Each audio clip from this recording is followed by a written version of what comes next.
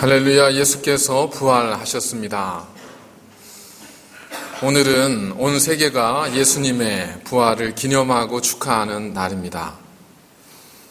만약 우리가 예수님의 부활을 전혀 기뻐하지도 않고 기념하지도 않으면 세상에 누가 부활을 기뻐하고 기념하겠습니까?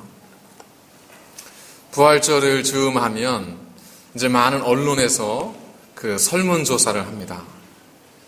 과연 사람들은 얼마나 예수 그리스도의 부활을 믿고 있는가? 사람들 가운데 10명 가운데 5명이 믿는다. 믿지 않는 사람 중에서도 10명 가운데 1명이 예수님의 부활을 믿는다. 이런 설문조사들도 발표가 되기도 하고요. 또 어떤 질문이 던져지냐면 과연 그리스도인들 중에 예수 그리스도의 부활을 믿는 사람과 믿지 않는 사람은 얼마나 되는가? 여러분, 궁금하지 않으세요? 사실 이게 궁금하다는 건 참 문제입니다.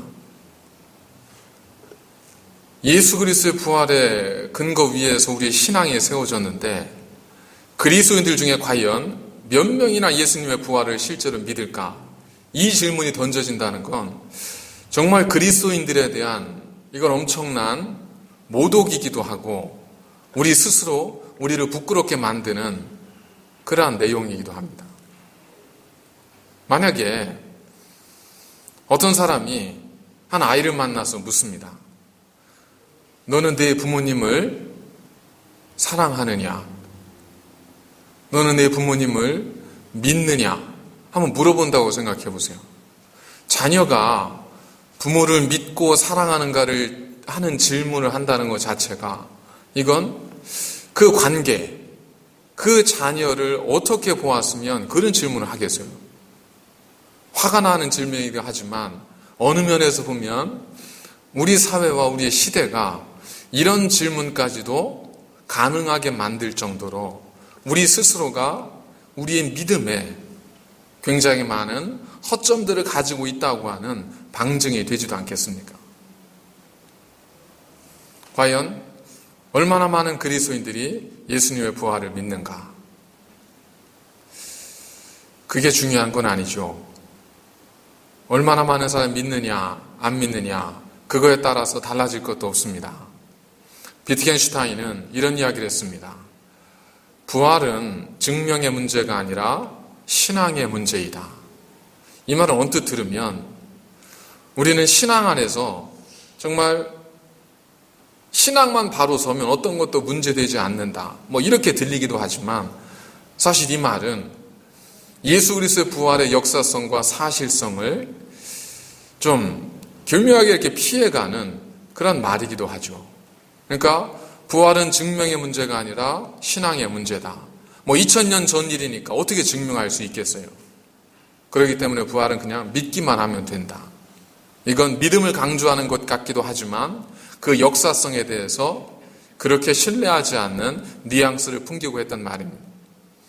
독일의 한 저명한 신학자는 만일 내일 팔레스틴의 한 무덤에서 예수의 유골이 발견된다 할지라도 기독교의 본질에는 전혀 문제가 없다라고 이야기를 했습니다. 여러분 어떻게 들리세요? 그래, 예수 그리스도의 유골이 만일 어느 곳에서 발견이 된다 할지라도 지금 내 신앙에는 전혀 문제가 없어. 이 이야기는 우리의 신앙이 굳건하고 바르게 서 있다고 하는 것을 표현하는 것 같기도 하지만 사실은 그 의미보다는 예수 그리스도의 부활의 사실성과 그 역사성을 중요하게 여기지 않는 그러한 발언이기도 합니다. 사실 그런 의미로 발언을 했고요. 중요하지 않다기보다는 그것이 기독교 신앙의 본질에 영향을 줄 수 없다. 그러면 도대체 기독교 신앙의 본질은 무엇이기에 예수 그리스도의 그 부활과 그의 죽으심이 우리에게 영향을 끼치지 않는다고 하는 것일까? 우리들은 그런 철학자들이 아니라 이런 질문을 우리는 던지지는 않습니다. 그리고 그런 말을 우리는 하지는 않죠. 그러나 우리에게도 이와 비슷한 어떤 우리 속에 있는 이야기가 있습니다. 그건 뭐냐면 예수님이 부활하셨다. 그런데 그게 지금 나와 무슨 상관이 있는가? 여러분, 예수님께서 부활하셨다는 것이 여러분과 어떤 관련이 있으십니까? 여러분, 예수님이 부활하셨다는 것이 여러분의 삶에 어떤 영향을 끼치고 있다고 생각하십니까? 부활하셨으면 좋고 안 해도 어쩔 수 없는 걸까요? 오늘 성경에서는 사도 바울이 굉장히 단호하게 이야기합니다. 만약에 그리스도께서 부활하지 않으셨으면 우리의 믿음과 신앙은 헛것이다. 우리는 거짓 증인으로 사는 것이다. 이런 무서운 말씀을 전하고 있습니다. 그만큼 부활, 예수 그리스도의 부활과 그를 믿는 신앙은 우리 기독교에 있어서는 뿌리가 되고 기독교의 근간을 이루는 그런 엄청난 사건입니다. 사실 구원, 구약과 신약을 통해 이루어지는 거듭 하나님의 구원의 서사시는 예수 그리스도의 부활이라고 하는 클라이막스를 통해서 그 꽃을 피웠습니다. 그래서 누구든지 그를 믿는 자마다, 죽음에서 부활하신 예수 그리스도를 믿는 자마다 사망의 권세 아래 있지 아니하고 죽음의 그늘 속에 있지 않고 죽음을 이기시고 사망을 이기신 그리스도 예수 안에서 승리의 소망이 있다는 것을 전하는 것이 복음이지 않습니까? 그런데 그런 복음을 알고 있으면서도 그리스도께서 부활하셨다는 것이 지금 이 시대를 살아가고 있는 나에게는 과연 무슨 의미가 있는가? 만약에 주님께서 부활하지 않으셨다고 생각해 보십시오. 여러분, 어떠시겠습니까? 어떻게 하시겠습니까? 만일 예수님께서 실제로 부활하신 게 아니고 소위 이야기하는 것처럼 가연설, 환상 중에 이렇게 본 것이라든지 혹은 제자들이 그렇게 소문을 퍼뜨리는 것이라든지 뭐 이런 것이라면 여러분 어떠시겠습니까? 사실 부활절이 되면 예수 그리스도의 부활의 역사성에 대해서 성경을 통해서 그리고 빈 무덤을 통해서 그리고 예수 그리스도의 제자들의 그들의 삶을 통해서 그 역사성을 증거하는 그런 설교들이 참 많이 전해지기도 합니다. 그런데 오늘 저는 그러한 예수 그리스도의 부활이 실제인가 아닌가 이 문제는 일단 우리가 넘어섰다고 생각을 합니다. 물론 아직까지 그 역사성에 대해서 의심이 되는 분들도 있으시겠지만 오늘은 그것을 증명하려고 노력하지는 않겠습니다. 대신 과연 예수님의 부활이 우리에게 주는 의미가 무엇인가? 그 의미를 우리가 깨닫지 못하면 부활을 믿든 혹은 부활을 믿지 않든 예수님의 부활은 나와 상관이 없기 때문에 그렇습니다. 오늘 본문에는 사도 바울이 고린도 교회에 이제 예수 그리스도의 부활하심을 증거하는 복음의 내용인데 이 본문 12절에서 19절까지에는 가정문, 만일로 시작되는 가정문이 5번이 등장을 합니다. 한 번은 만일 그리스도께서 다시 살아나지 않으셨다면이에요. 다른 한 번은 만일 우리가 바라는 것이 이 세상의 삶뿐이라면 그리고 나머지 3번의 가정문은 어디에 사용되어졌냐면 만일 죽은 자가 다시 살아나지 못한다면 가정문 5번 중에 3번을 이 사도 바울은 만일 죽은 자가 다시 살아나지 못한다면 그리고 12절도 사도 바울은 이러한 문제의식 속에서 출발하고 있습니다. 12절을 보면 그리스도께서 죽은 자 가운데서 다시 살아나셨다 전파되었거늘 너희 중에서 어떤 사람들은 어찌하여 죽은 자 가운데서 부활이 없다 하느냐. 여러분 오늘 본문에서 사도 바울이 고린도 교회에 전하고 있는 제기하고 있는 문제 그들에게 전하고자 하는 던지고자 하는 질문은 그리스도께서 정말 살아나셨다고 믿느냐 이게 아닙니다. 그게 아니라 뭐냐 하면 너희들은 왜 죽은 자의 부활이 없다고 하느냐라는 거예요. 이건 좀 다른 이야기입니다. 죽은 자의 부활이란 다른 말로 표현하면 몸의 부활을 이야기합니다. 사실 고린도 교회는 복음이 전파되어지던 초창기에 세워진 교회이지 않습니까? 그런데 고린도라고 하는 지역은 엄청난 우상들이 즐비했던 그러한 지역이었습니다. 거기에는 한 신당에서 그 신당을 섬기는 여사제만 1000명에 이를 정도로 그들이 낮에는 그 신당에서 거룩한 성창 행위를 하고 밤이 되면 고린도에 흩어져서 또 성창을 하면서 그렇게 벌어들인 수익으로 그 신전을, 아데미 신전을 세워갔던 그 지역이 고린도입니다. 거기에서 예수님을 믿는다는 게 뭘 의미하겠어요? 거기에서 교회에 거룩한 하나님의 자녀로 살아간다는 것이 뭘 의미하겠습니까? 예수님의 부활을 믿지 않고 그의 죽으심을 믿지 않고 교인이 될 수 있었겠어요? 주님의 십자가 달려 돌아가심과 그 부활을 믿지 않는 사람들이 고린도 교회의 멤버가 될 수 있었겠습니까? 없죠. 왜냐하면 예수님을 믿는다는 것은 그 당시엔 엄청난 불이익을 감수하는 것이어야 했습니다. 속한 공동체로부터 그들이 외면을 당할 수도 있고 배제를 당할 수도 있습니다. 지금까지 자기들이 스스럼없이 즐겼던 모든 것들로부터 절제의 삶을 살아야 되고 자신의 것을 내려놓는 삶을 살아야 하기도 했습니다.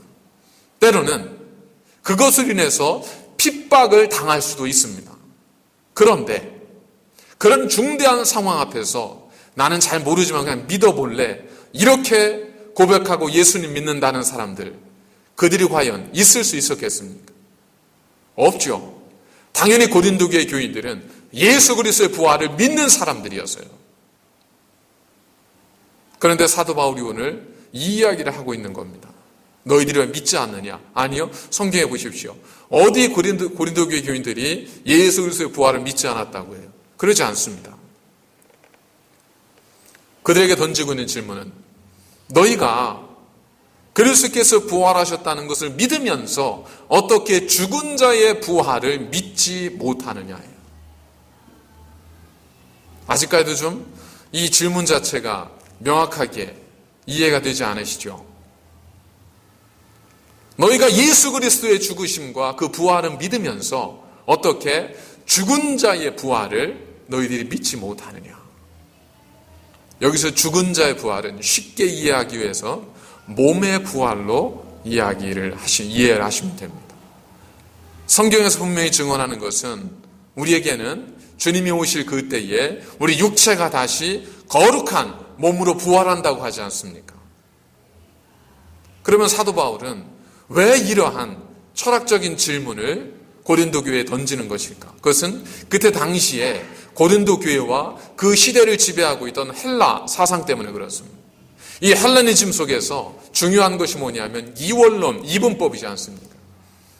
이분법에서는 영과 육, 즉 영혼과 몸을 구분합니다. 영육 이원론에서 죽음이란 영과 육이 분리되어지는 사건입니다. 이게 죽음이에요. 그런데 이 이분법 속에서 몸, 육체는 더러운 것, 세상적인 것, 사라질 것, 유한한 것, 없어질 거예요. 영, 이원론에서 한쪽은 거룩하고 좋은 것, 영원한 것이에요. 그래서 죽음을 통해서 우리 육체와 우리 몸과 영혼이 분리되어지게 되면 육체는 그대로 묻히는 것, 죽어지는 것이고 영은 이데아의 세계, 초월의 세계로 들어간다고 믿는 것이 헬레니즘입니다. 이러한 그들의 어떤 사상적 사고 속에서 어떠한 구체적 행동들이 나타났냐면 그렇구나. 우리 몸은 어차피 더러운 거구나. 우리 몸은 사라질 거구나.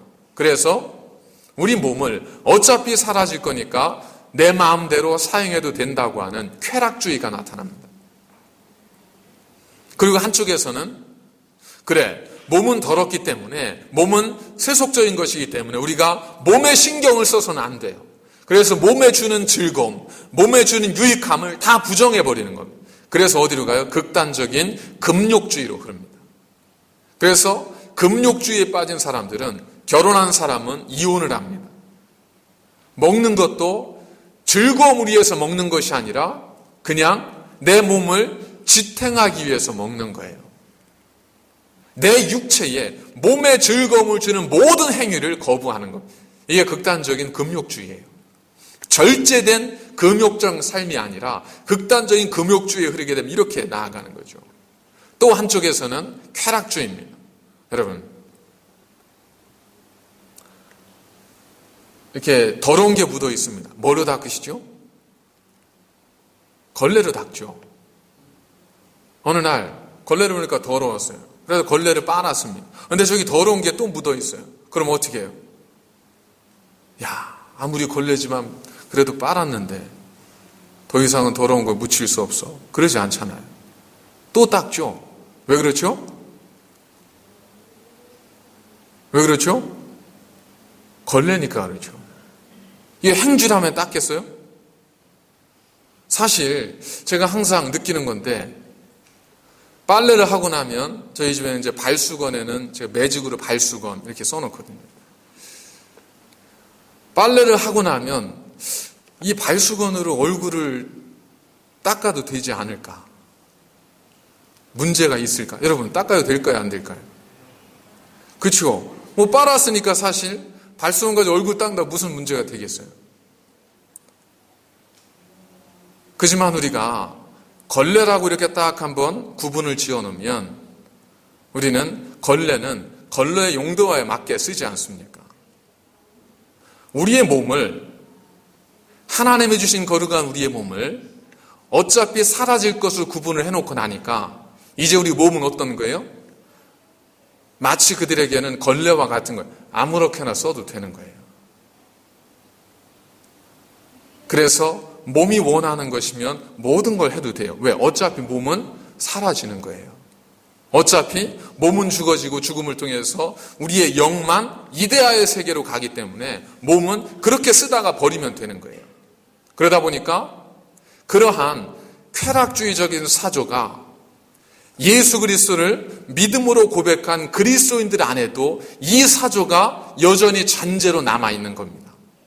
그러다 보니까 그들도 어떻게 해요? 비록 예수 그리스도는 부활하셨지만 그러나 그들은 몸의 부활, 성경에서 말씀하고 있는 육체의 부활을 믿지 않기 때문에 우리 몸은 그냥 원하는 대로 쓰다가 버리는 거예요. 그러니까 그리스도인이면서도 그냥 원하는 대로 살고 하고 싶은 대로 살고 즐기고 싶은 대로 즐기고 먹고 싶은 건 다 먹고 이러면서 살아가는 겁니다. 그런데 만일 이렇게 생각해 보십시오. 하나님께서 만일 마지막 때에 내가 너에게 준 몸, 너 어떻게 썼니? 라고 물어보신다고 했을 때 과연 우리가 주님 앞에, 하나님 앞에 어떻게 대답해야 할까? 어차피 버려질 건데 뭐 신경 별로 안 썼습니다. 그럴 수도 있지만 성경에서 우리가 뭐라고 말씀하고 있냐면 로마서 12장에서도 너희는 너희 몸을 하나님이 기뻐하시는 거룩한 산 제사로 드리라 그렇게 말씀합니다. 헌신을 이야기할 때 우리는 헌심이라고 하지 않고 헌신이라고 하는 이유는 결국 헌신이란 우리의 몸을 드리는 것이 헌신이기 때문에 그렇습니다. 몸의 부활이 왜 중요한가? 바로 이것 때문에 그렇습니다. 사도 바울이 왜 너희가 예수 그리스도께서 죽음에서 부활하셨다는 것을 믿으면서 너희가 왜 죽은 자가 다시 몸으로 부활할 것을 믿지 않느냐? 이 이야기는 그냥 단순히 관념적인 그러한 믿음의 문제를 이야기하고 있는 것이 아니라 실질적인 그들의 삶의 문제를 지적하고 있는 겁니다. 그들은 부활을 믿었어요. 부활을 믿었지만 어차피 몸은 썩어질 것이기 때문에 그들의 삶은 마치 이 세상에서 몸은 그냥 쓰다 버리는 정도로 생각하고 자기 멋대로 살았습니다. 그러다 보니까 그리스도인임에도 불구하고 세상 사람들과 전혀 구분되지 않는 삶을 살았습니다. 그리스도인임에도 불구하고 그들은 전혀 그 몸으로 하나님께 영광을 돌리는 삶을 살지를 않습니다. 그냥 내가 원하는 것, 내가 하고 싶은 것, 내가 누리고 싶은 것, 그렇게 누리고 살았던 겁니다. 마치 무엇처럼? 마치 이 세상에서의 모든 것이 그들의 전부인 것처럼. 그런데 하나님께서 우리를 부활시키실 때, 영원한 하나님의 나라에 들어가게 할 때 육체 썩어질 몸이 아니고 이 몸을 통해 영생의 몸으로 우리를 부활시켜서 우리를 주의 나라가 이르게 한다고 했지 않습니까? 그때 우리 몸을 찾아야 될 거 아니에요. 근데 우리 몸을 찾아봤더니 좀 고쳐서 이제 영원한 나라에 들어가야 되는데 이게 사실은 아니고 그냥 예를 드는 겁니다. 고쳐서 해야 되는데 보니까 얼마나 몸을 엉뚱하게 썼는지 그냥 이거 어디 갖다 고쳐도 쓸모가 없는 거예요. 그럼 고민되지 않겠어요? 그죠? 그냥 그렇다는 거지 그게 사실이라는 건 아닙니다. 오해는 하지 마시기 바랍니다. 우리의 몸은 거룩한 몸으로 다시금 부활하는 것이지 우리가 지금 생각하는 이 몸대로 부활하는 건 아니죠. 왜냐하면 예수 그리스도는 십자가 달려 돌아가시고 몸이 다 찢기셨잖아요. 그런데 부활하실 때는 어떻게 하셨죠? 그 몸 그대로 부활하셨지만 그러나 영원한 몸으로 부활하셨지 않습니까? 그처럼 우리도 주님께서 그렇게 부활하신 것처럼 우리도 영원한 몸으로 다시 부활할 텐데 그때 사용되어진 우리의 몸이 거룩함으로 사용되어진 하나님이 기뻐하시는 몸이 되어야 될 거 아닙니까?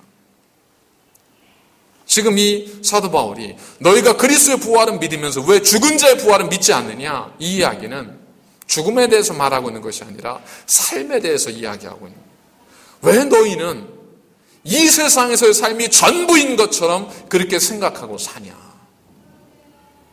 십자가의 죽음이 없이 부활이 없는 것처럼 오늘의 삶이 없이 어찌 내일이 있겠느냐? 내 몸을 하나님께 거룩한 산제물을 드림이 없이 어떻게 영원한 몸을 우리가 얻을 수 있겠느냐? 만일 이 생에서의 삶이 전부라면 너희는 모든 사람 중에 더욱 불쌍한 자라. 더욱 불쌍한 자라는 이게 좀 이렇게 문어체로 이렇게 표현돼서 그렇지 우리의 언어로 보통 회화체를 하면 너희는 세상에서 누구보다 정말 어떤 사람보다 불쌍한 사람이라는 최상급입니다.